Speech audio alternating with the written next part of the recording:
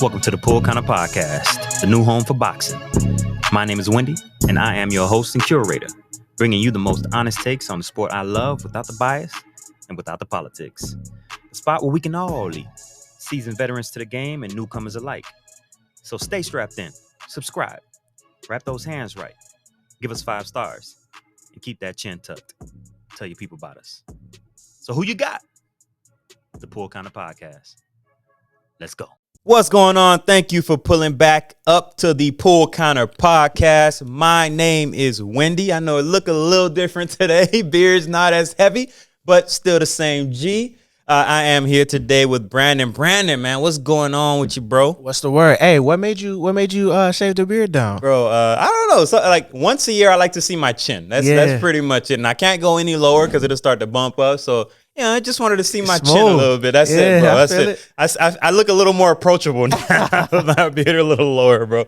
But man, it's been a minute. I feel like whenever it's like we miss a week, it feels like forever, bro. Because you know the world of boxing does not stop. It doesn't really slow down at all. Yeah. Like you said, it's constantly evolving, man. But we got so much, and we do have a full slate. It's fight week. It is fight week. It is fight week, and that's a great card, and we're going to get into that a little later. But first, as always, y'all already know we got to do the recap. All right, so getting right back into it, fight recap, obviously, like we do every episode. We got William Zepeda versus Maxi Hughes. We had a little conversation on that last episode as far as who you got.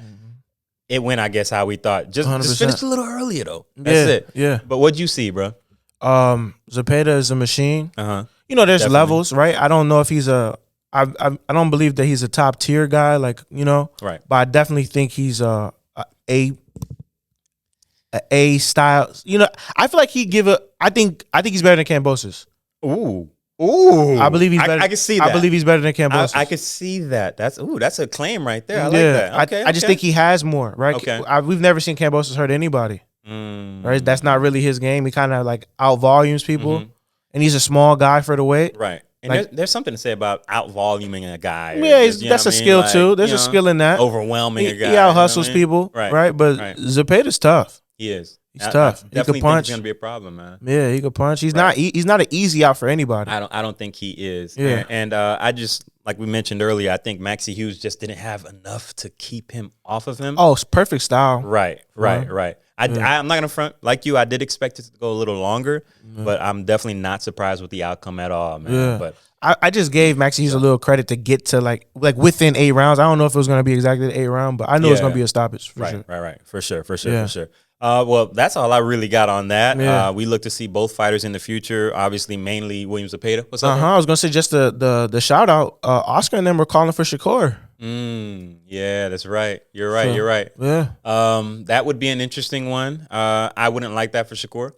I want Shakur to be reaching for bigger and better things right now. Yeah. I don't think it's the point to be, because Zepeda's tough. Yeah, he's tough. Zepeda's tough. Is that a tune-up fight? It feels like a tune-up fight right now. That tune-up might be. I don't know if that's a tune-up. I feel like that fight would be. You might as well go fight De Los Santos again. For Shakur, we're talking about Shakur Stevenson. For sure. It just I don't, but obviously it could be a reality. I don't want that for Shakur. I want Shakur to be looking for a big fight right now. Big fight. Yeah, I think that's a big fight. I think that's a good fight. I think people's imagination of Shakur fighting like Devin, I think that's a reach. That is a reach right now. Yeah, I think that's for a sure. Reach. You know what I'm saying? There's other guys though. There's other guys right now. But yeah, if they become a reality, we'll definitely talk about it as you all know out there. All right, so first topic for the day, bro. Did you see the face-off with Devin Haney and Ryan Garcia, the DAZN show? I did. I enjoyed it.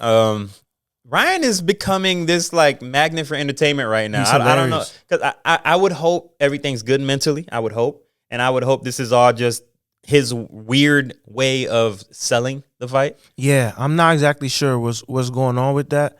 I hope that he's okay mentally. Yeah, right. I know he's in shape. Oh, he looks in shape. Sidebar, I saw him like he had went on Instagram Live, right, and was running, but was holding a full like conversation with everybody on the Instagram Live. Right. So I was like, well, he's got to be in shape because he was running probably like 3 to 5 miles. Right. And he didn't shut up the entire time. Like he was just talking and talking, going through the chat. I've never seen anybody run and talk like he was. So Right. I'm not necessarily concerned about his cardio after that. But I just was concerned with some of the antics. Like, he seems like really active with the antics. Maybe he's doing that because to try to sell the fight. Devin is extremely popular, but he's not necessarily the personality that say Gervonta is. Not at all. So maybe Ryan figured he would do that to try to sell the fight. Right. But it's odd. Yeah. It is definitely strange. Yeah. I'll put it like that. And like I said, I'm hoping it's not something like serious with the guy, man. I hope it's literally just him playing and he's an awkward dude, so it just comes off weird. Yeah. But some of the stuff he's saying has definitely been a bit concerning. But getting back to the face-off show, who do you think won? You know that's a thing. I think Ryan's winning all of the every face-off, every exchange. Yeah, I would say he's carrying the promotion. I agree. It's him and Bill. I haven't seen Bill in a few days, but Ryan Garcia and Bill Haney are definitely the ones right now keeping this promotion, I guess you could call it, afloat right now, as far as entertainment goes, as far as keeping eyes on these guys, keeping the names in the media, man, because Devin ain't going to sell a fight like that. His skills pay the bills. His skills pay the bills, man. Ryan's like a car accident. Like, you ever drive past a car accident and everybody's looking? Rubbernecking, pause, I mean, no Diddy, right? No Diddy. He's a car accident, man. Yeah. And I don't like to pile on, but I couldn't avoid that. That's hilarious. That's hilarious. I hate to see a black billionaire go down, but it's hilarious, though. Yeah. And we definitely, on Dear Future Robots, we're going to dive in on that, man. But this ain't the pod for that. But next, we had another presser as well, and that was Canelo versus Jaime Munguia, man. Yes, sir. And my only thing, and I mentioned it to you earlier, but my only thing with that was I felt like Munguia gave him a little too much respect. Yeah. It's almost like, thank you, sir. Thank you for the payday. You know what I mean? Thank you for the payday. That's what it kind of feels like when some of these guys get in there with Canelo. I have a question, though. What's up, bro? So my only other vantage point of this is, like, as two Mexican warriors and Canelo being the face of boxing, would it be disrespectful if Munguia came off any other way? Like, I don't think so. It's still boxing. It's still boxing. It's still a gladiator type sport.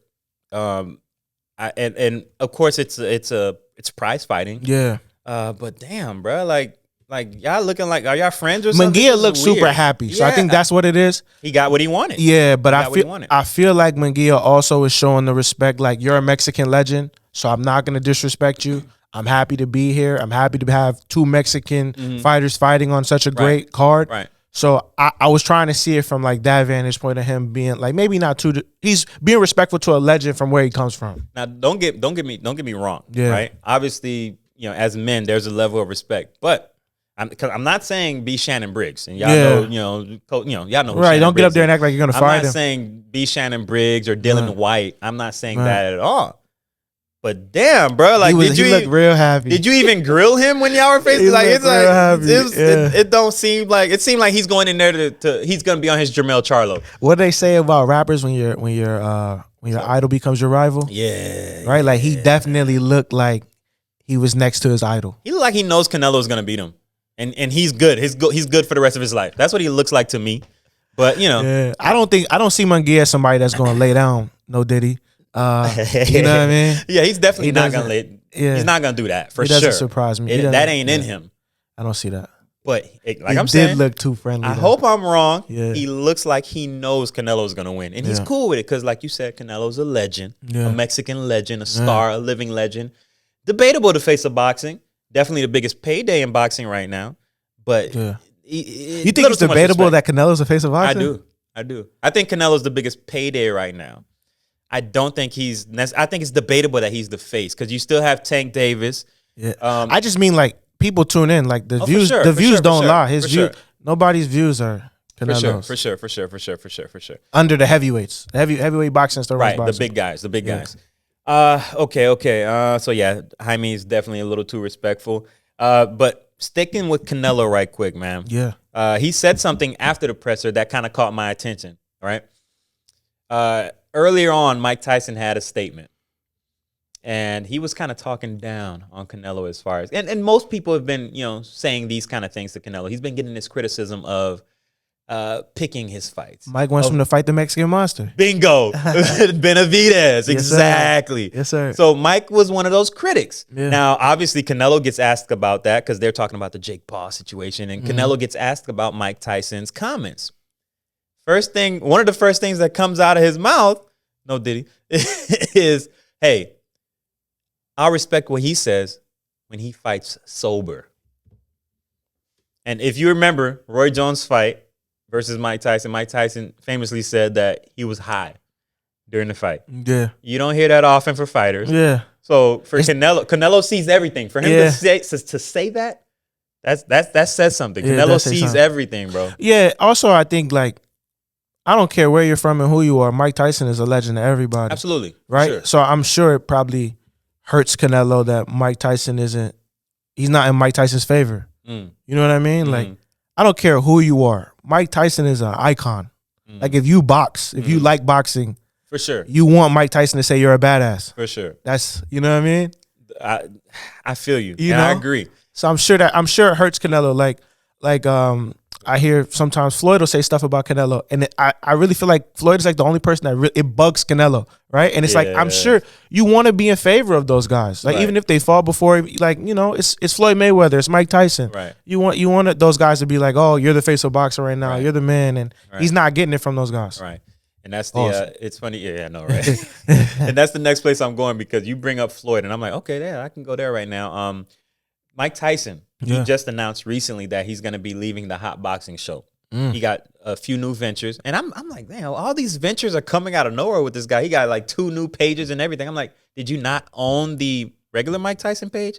Because now he has Tyson Pro, and also he has, what's the other page? I can't remember off the top of my head. What is it? Mike Tyson Collection. It goes back to the other page. It goes back to our pod a couple episodes ago where I was like, he don't need the money. And you immediately be like, I don't know. Bingo. And now you're seeing all of this stuff. Because now there's the Mike Tyson Collection. I love being right about these things. Right. But now you see the Mike Tyson Collection. So, I don't think it's him.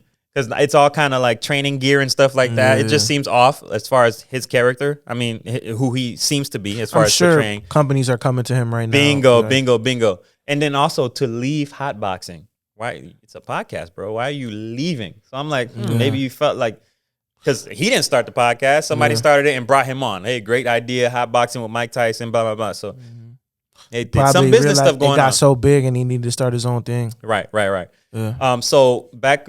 What I was leading to with Floyd, you mentioned Floyd. And one of the shirts that he's promoting a lot on the Mike Tyson collection is a shirt that says, the people choose their champion. And if you remember Mike Tyson's comments to Floyd Mayweather years ago, when they were kind of like, it was kind of like that beefing thing. That's what he was saying about Floyd Mayweather. So I think this shirt is obviously a dig at that. Because I don't think people weren't using this phrase. Like, this wasn't a popular phrase. So for him to actually get this put on a shirt is like, is this like a still got beef? He's trying to remind people who, like, probably he feels is the most popular American fighter ever. Right. Mike Tyson. Right. Or Muhammad Ali. Muhammad Ali, 100%. Yeah. But it's just very interesting that to be promoting this shirt like that. I think for the pop culture era, he would probably say he would be. Right. Yeah, I can see that. I can see that. But it's very interesting, and we can't actually talk about Mike Tyson without bringing up the whole Jake Paul situation, because that is still going on. Every other day I see Mike Tyson posting something called, training, hitting the mitts, hitting the bag. I saw him running the treadmill looking goofy. It's so weird, bro. And people can easily be tricked, and you understand, you've hit the bits before, but people can get tricked by that because it looks great. But your opponent's head is not slamming into your fist like the mitts are. So it's very easy to look good hitting the bag. It's very hard to look bad, actually. Meek Mill, it's very hard to look bad hitting the bag. Right. But everybody, especially a pro who's been doing it over 20 years, is going to look good hitting the mitts. It's muscle memory. Yeah. It's going to be different when you get in that ring, though. 100%. I still believe that. My only issue with the fight is that he's just his age. I don't want to see Mike Tyson at almost 60 years old fighting anymore. That's just, as a boxing fan, that doesn't really. You sound like this really hurts you, bro. It does, bro. Like it just really doesn't intrigue me, bro. You gotta feed the God of War. That's a fact, I guess. You know what Mike say? You gotta feed the God of War, bro. That's like we talked about the Pacquiao thing. Right. I'm not really into it, Yeah, I'm definitely. When's enough? Yeah, you've been laid out before, so I ain't trying to see that. Yeah. I'm honestly not trying to see that. Yeah. But let's see. Anything else am I missing right now before we get to who you got, bro? Let's see. I think that's it off the top of my head, bro. I was just gonna say something about some of the cards that we got this weekend. Like before we get to who you got for the main, the main pay-per-view on Saturday. We got the Sinisa Estrada, Yokasta Valle. Yeah, card. Friday, right? Friday. Yeah. That's a great fight for women's boxing. It is.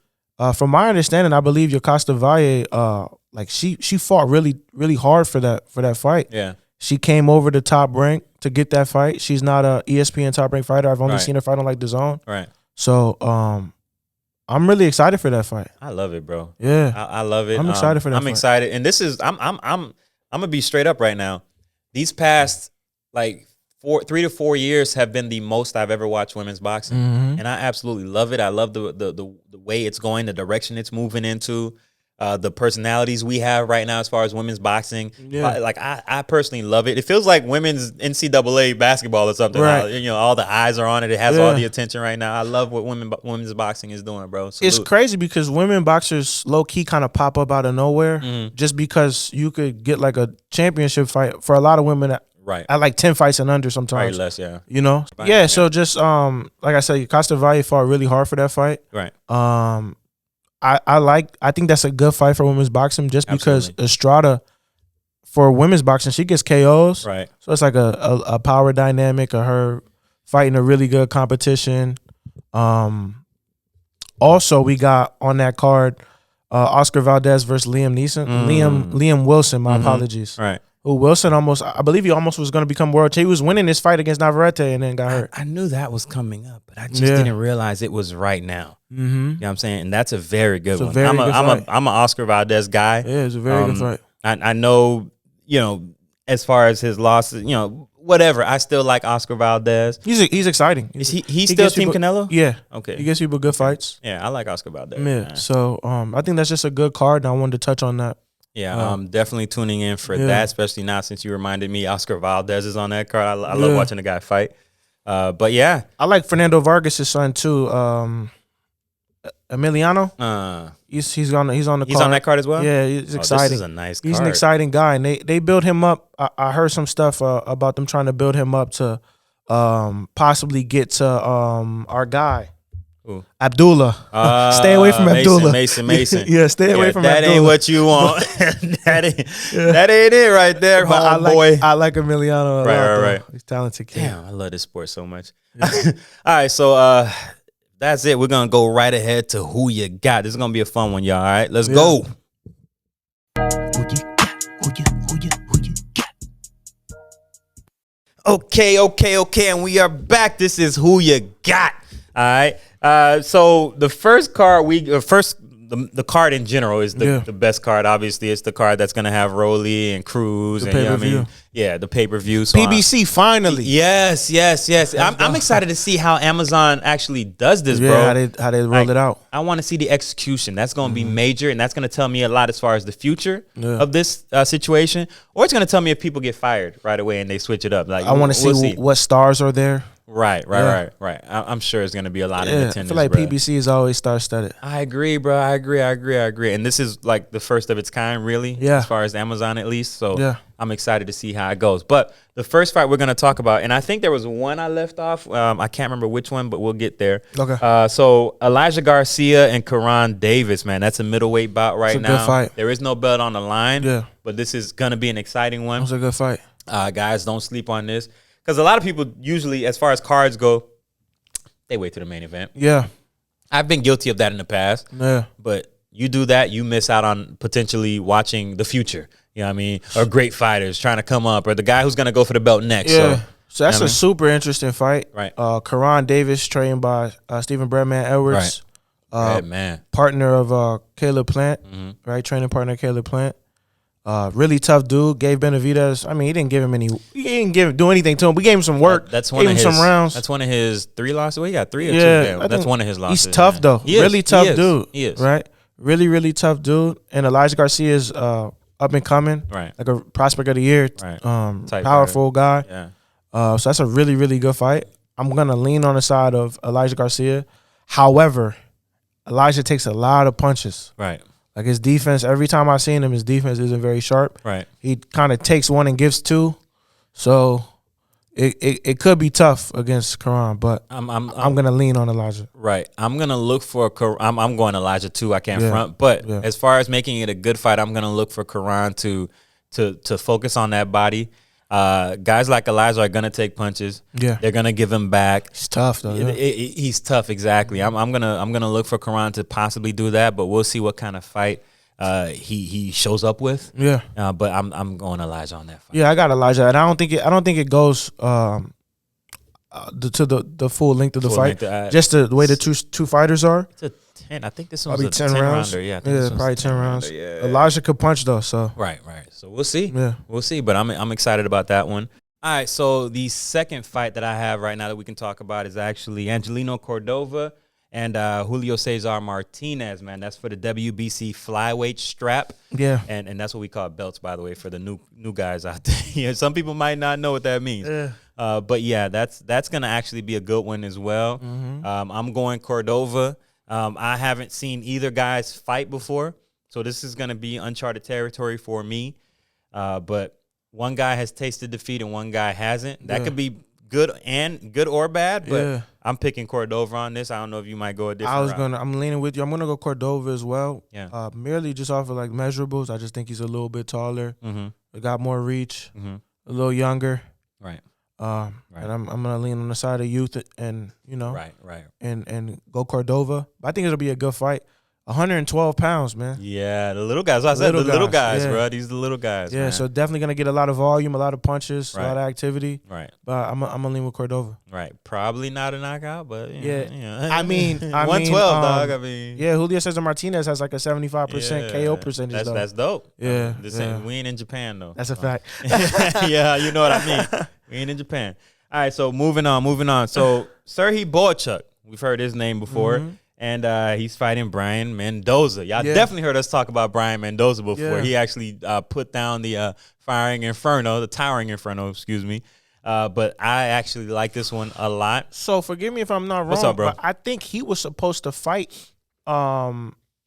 Sergey was supposed to fight. Boychuk, yeah. He was supposed to fight him. Yeah, he's supposed to fight Fandora, right? Yeah, that's what we remember the name from. Because he has an interesting name. Yeah. And I looked at all his fights, and I'm like, how do I know this name? And then I remembered, he was supposed to fight him. Yeah. So exactly. I think it was an injury or something. I can't remember what it was. I think they did push it back, but I think on this card prior to the Thurman replacement, that's who Fandora was supposed to fight. Right. I like where it's at now. Yeah. I wouldn't looking at it, I wouldn't have wanted to see any other fight. Yeah, that's who they're supposed to fight now. Right. So I'm gonna be biased here. Mm-hmm. I'm picking Brian Mendoza because I met him in person in Orlando. Mm-hmm. He was dope. Yeah. Really nice guy. Yeah. So I'm gonna go Brian Mendoza. I just think he's a little bit stronger. Yeah. He's proven. And I've seen him more. So I've just more experience of just viewing him. Right.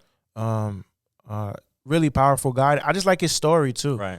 You know, the way he worked himself up from possibly being a journeyman to You gotta love that, bro. You gotta love that. You gotta love that. So I'm gonna go Brian Mendoza. Right. And for me too, you're talking about Brian Mendoza and you're talking about his road to where he's at, to get to where he's at now. It was a kind of dual feeling that I had when he beat Fandora, because I like Fandora. Right. But to see a guy who's worked this hard, and everybody works hard, sure, but like you said, you met him. And he's a very likable dude. Very likable guy. You want to see those kind of people win. I know what you're saying, because it was like when he beat Fandora, we could see like the big possible matchups that were gonna show up, and we still got him anyway. So right. It's a win-win. It's a win-win. It's a win-win. So I'm not mad at that. Yeah. All right. So moving on, another name that we are very familiar with, Erislandy Lara, and he's actually fighting Michael Zarafa. Man, that's for the WBA middleweight strap. So that should be a good one.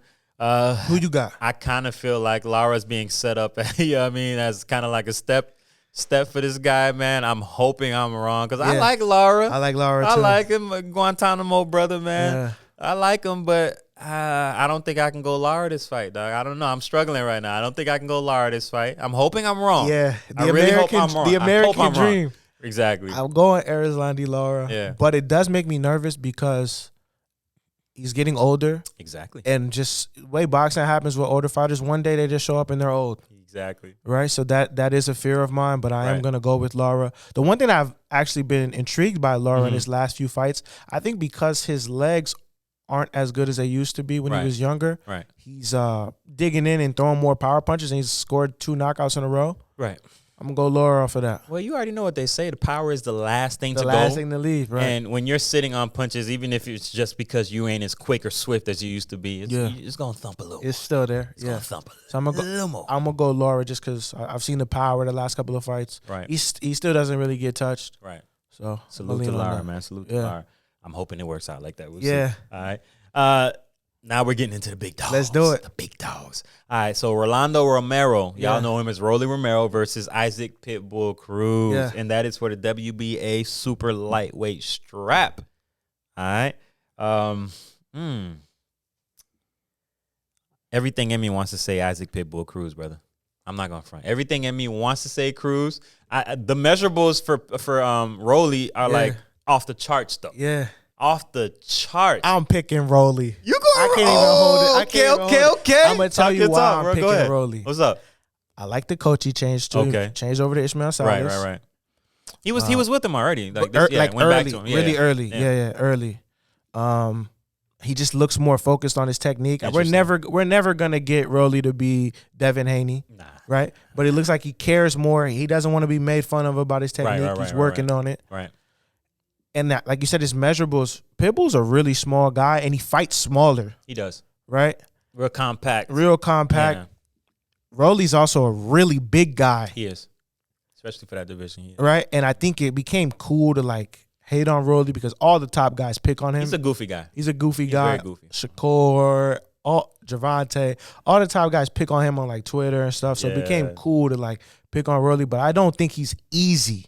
No, he's. I think that's one of the things that people take for advantage. Right. He's not the most skillful and all this. I don't think he's easy. Right. And so I think Rolly catches Pitbull. Right. And here's my thing, and I feel you. I completely get it. My thing is, you're right. He did just switch a coach. And that doesn't always work. Bingo.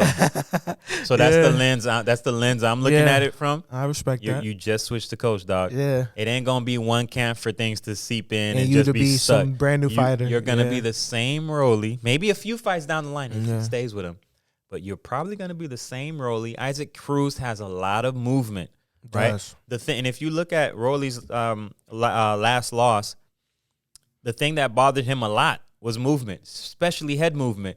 Tank was able to get off the line and get those shots in. Yeah. Cruz is gonna be able to get off the line and get those shots in. I'm not gonna say knockout. Yeah. I'm not going knockout right now.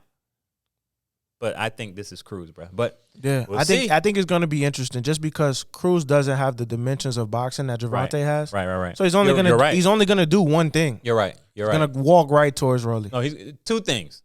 Walk right to him, and then that head movement gonna be Tyson Ness. That head movement is gonna be crazy.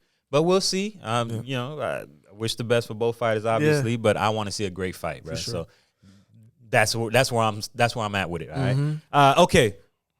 Biggest fight of the night, biggest fight of the evening. Tim Tszyu versus Sebastian Fundora, man. Famous, son of Costa Tszyu. Yeah. My old boxing heads out there. And he's trying to pretty much do what his dad did back in the day. So who you got on this one, bro? I feel like Tim Tszyu got the short end of this. Yeah, interesting. He is the short end of this though. Because I feel like he was training for You got it. Nah, I got you. No, facts though. You're right. But it was like, man, like he was training for Keith Thurman, was like, what, 5'10", smaller guy coming up. 5'9", maybe. 5'9", maybe, right? He was coming up from 147. Yeah.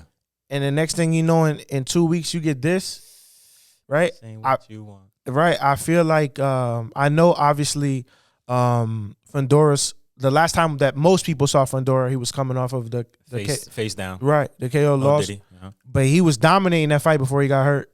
Right, he was, and I just feel like if you weren't training for those uppercuts for a couple months, you're in trouble. I'm going Fundora. I'm going Fundora. That would be like an actual upset, right? And I'm a big fan of Fundora. For sure, that would be an upset.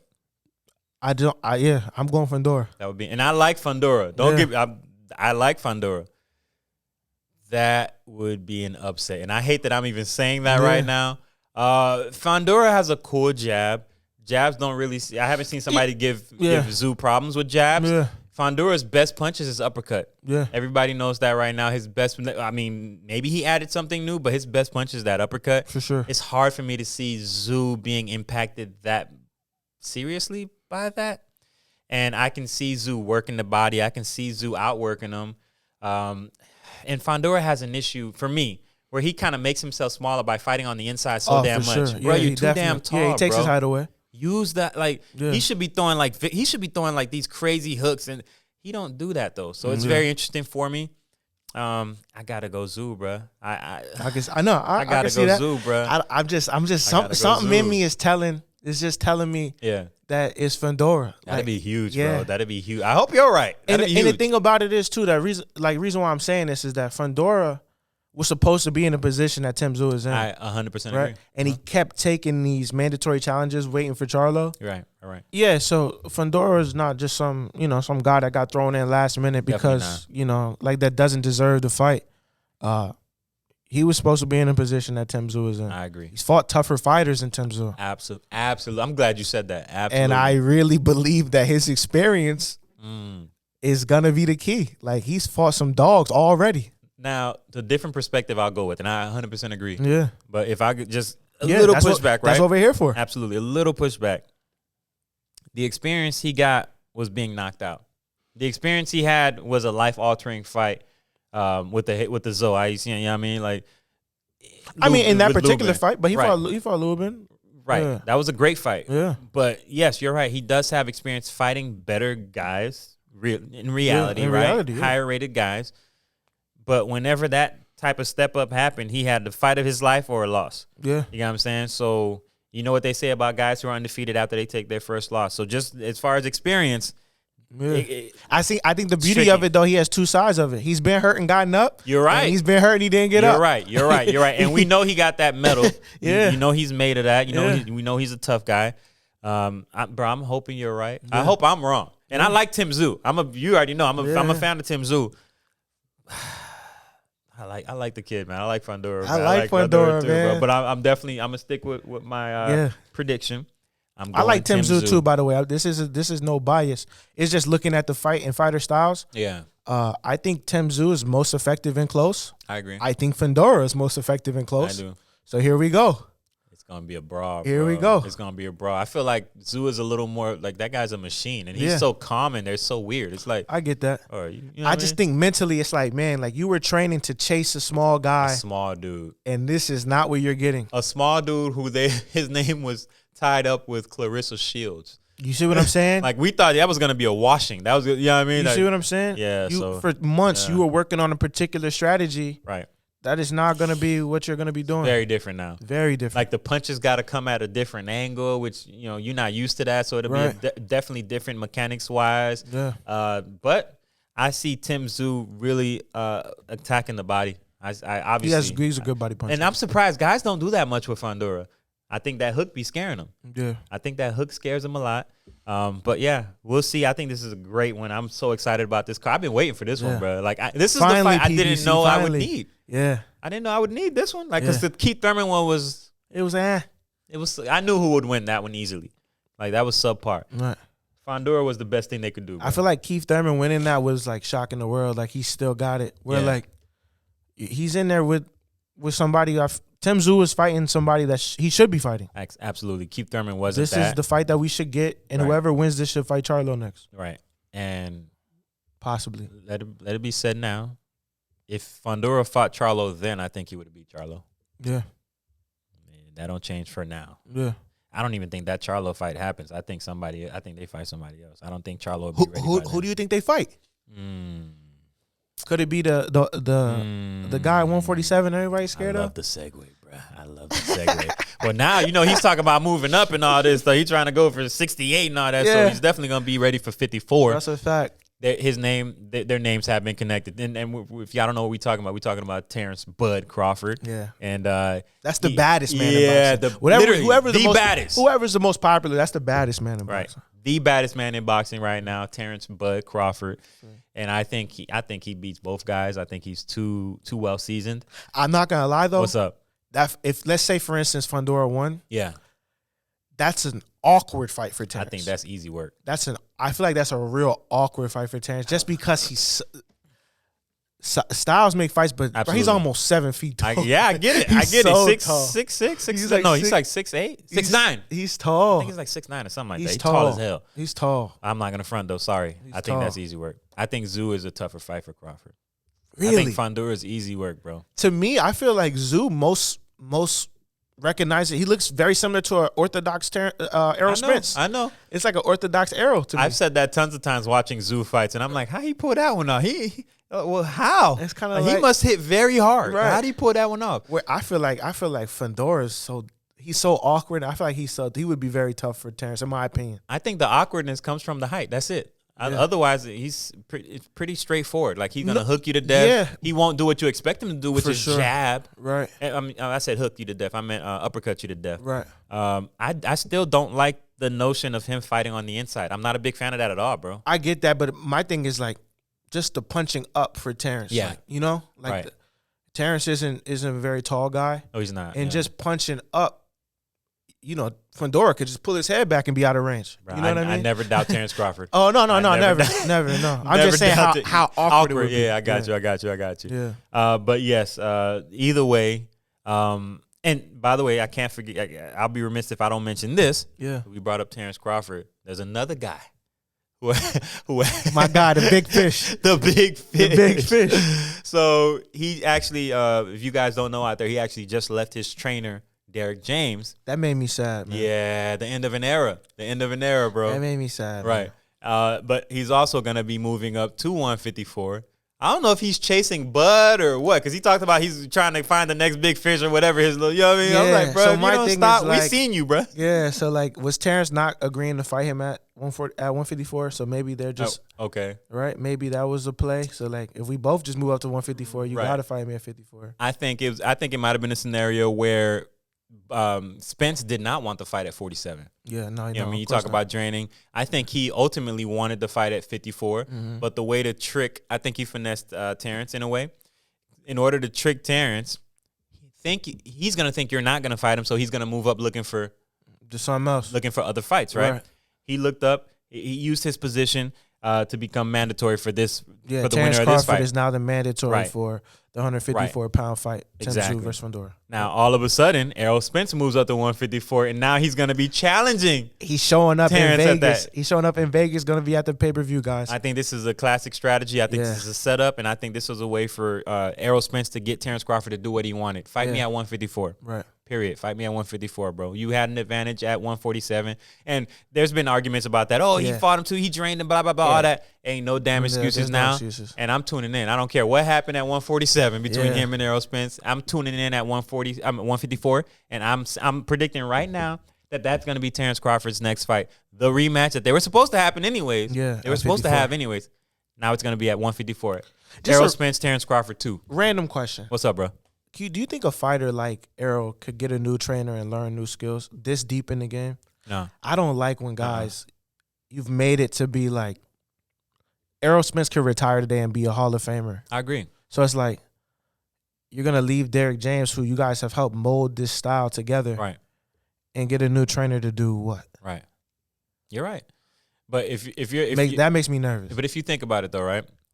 This fight may be a fight that we don't see until like October, December range. So maybe they can. That's enough time to add different elements, right? Because the game's gonna be here. Yeah. Because Terrence Crawford beat him from the beginning, that makes sense. Beginning of so the mentally, fight. he needs that advantage. I got a new trainer. I'm different. Right. This isn't the same EJ. Bingo. Something Derek James couldn't give him. Yeah. That's period. True. Yeah. So I definitely think there's gonna be some time in between. He ain't gonna fight him right away. These guys are busy. Yeah, of course. You know what I'm saying?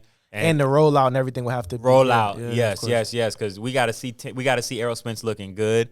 Yeah. You ain't doing no tune-ups or nothing. I know some people have been calling a tune-up. Errol's not a tune-up guy anyway. He's not. He's not that I would love to see this at 154. I